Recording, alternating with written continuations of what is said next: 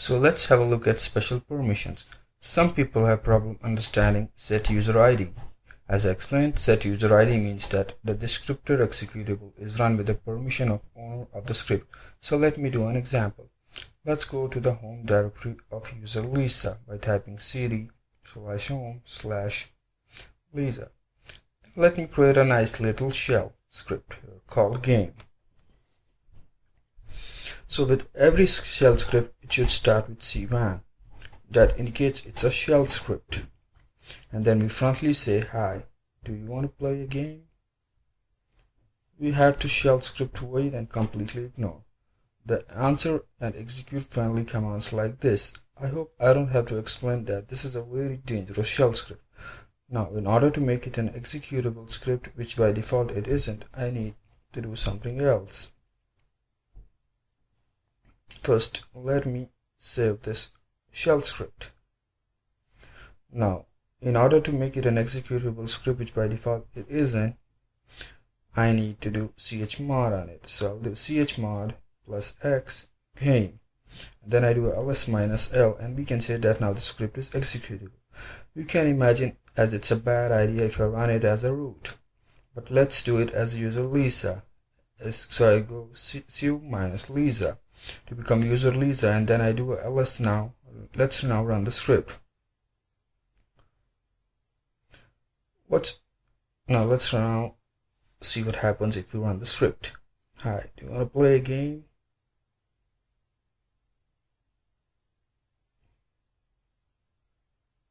What is important to understand is what is going to happen when Lisa is actually going to start the game. Basically, what happens is when Lisa starts the game, the script is trying to remove many files. It will do it as Lisa and no one else. The worst thing that can happen is Lisa's home directory is wiped and everything else will be gone.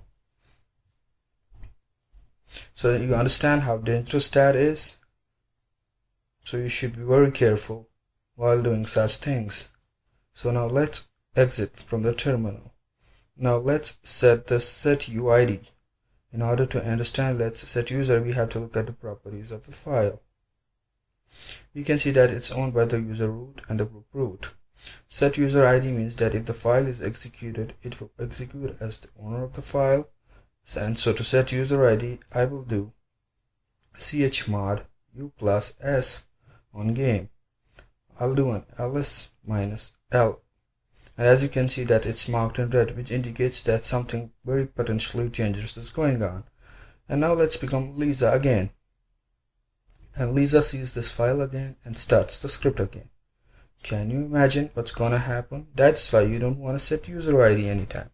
Set user ID is never solution for a problem. Don't use it ever.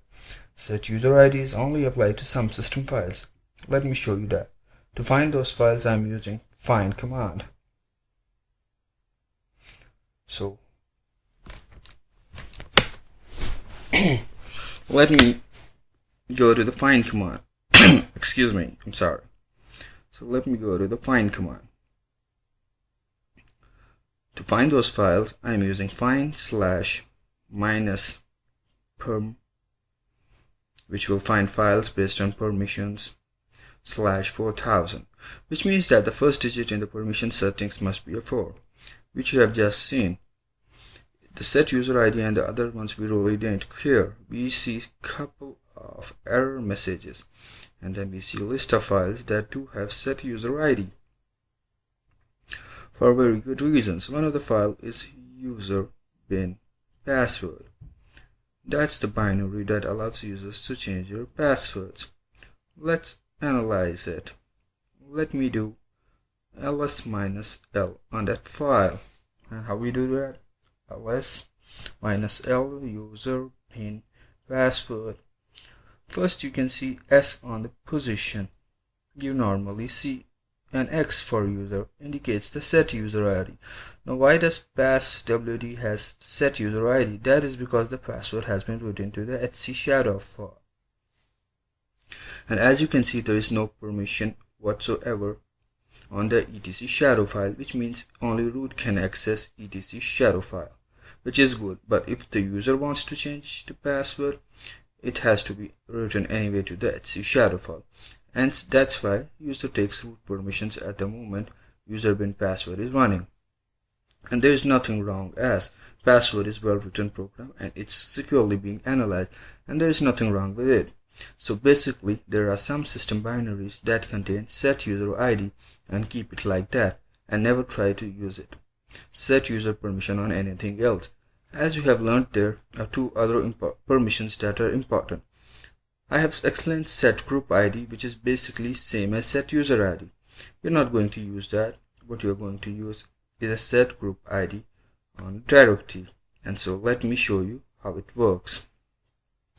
First, I need to change my user from root to Lisa. So now I'm becoming Lisa.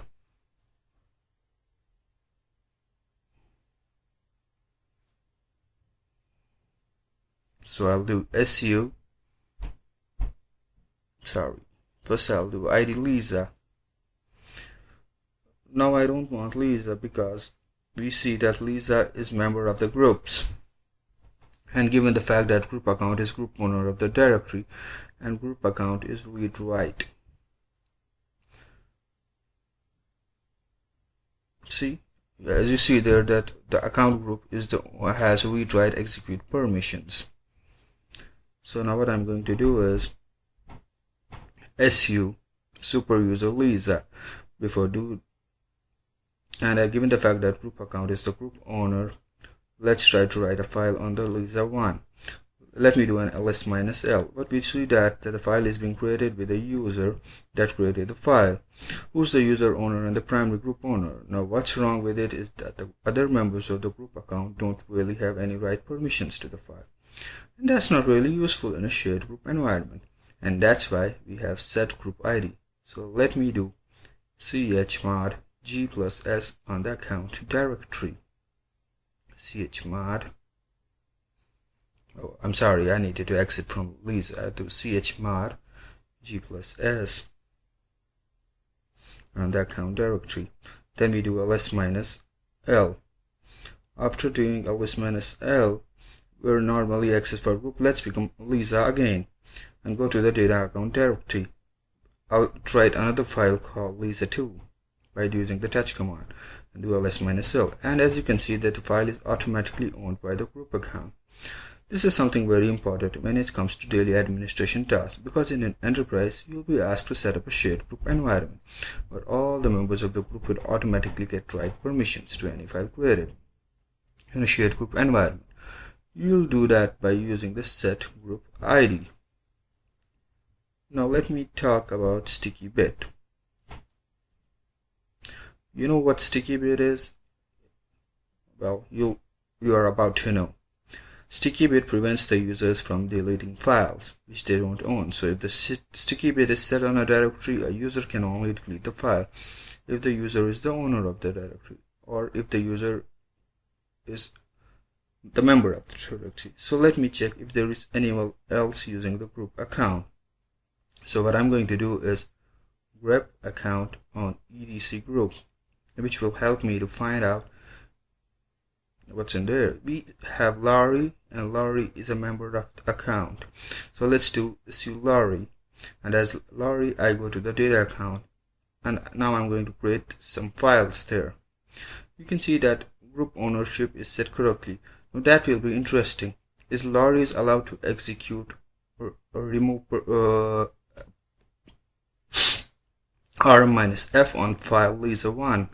That is the remove command. Of course, yes, because he's the member of the group account, and the group account has write permissions to the directory.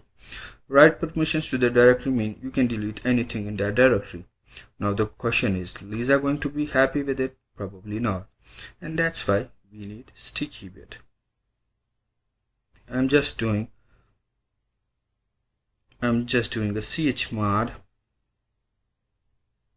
on the directory plus T on star. Sticky bit is something you'll want on any shared group environment. You can see an uppercase T where there is normally an X. For others, it's an uppercase because there is no X behind it. It's just sticky bit. It will be a lowercase if it has X behind it. Same goes for the set group ID that we see here on the directory, it has a lowercase s because it has x behind it, and it would have been uppercase s if there was no x behind it. So we become Larry again. So in order to become Larry again, I'll do su Larry. We go to the data count, we see some files, we'll do rm-f, that's the remove command on Lisa2, which is going to be allowed. Why is that? There must be a reason. Oh, you see that Laurie was the owner of the directory, so she is allowed to remove any file from the directory. Let's do it as Lisa now, which makes more sense. So doing this as Laurie was a very bad example. So in order to do it as Lisa, I'll exit the terminal. I'll log in as Lisa by su Lisa. I'll go to the data count and I'll use the remove command rm-f on Larry1, which is not permitted because of the sticky bit, and that's why sticky bit is something you want on any shared group environment. Now if you do ls-l, you'll see the little t on the tmp directory, because tmp is a directory where anyone can write files. That's all you need to know about managing special permissions. Thank you for bearing with me.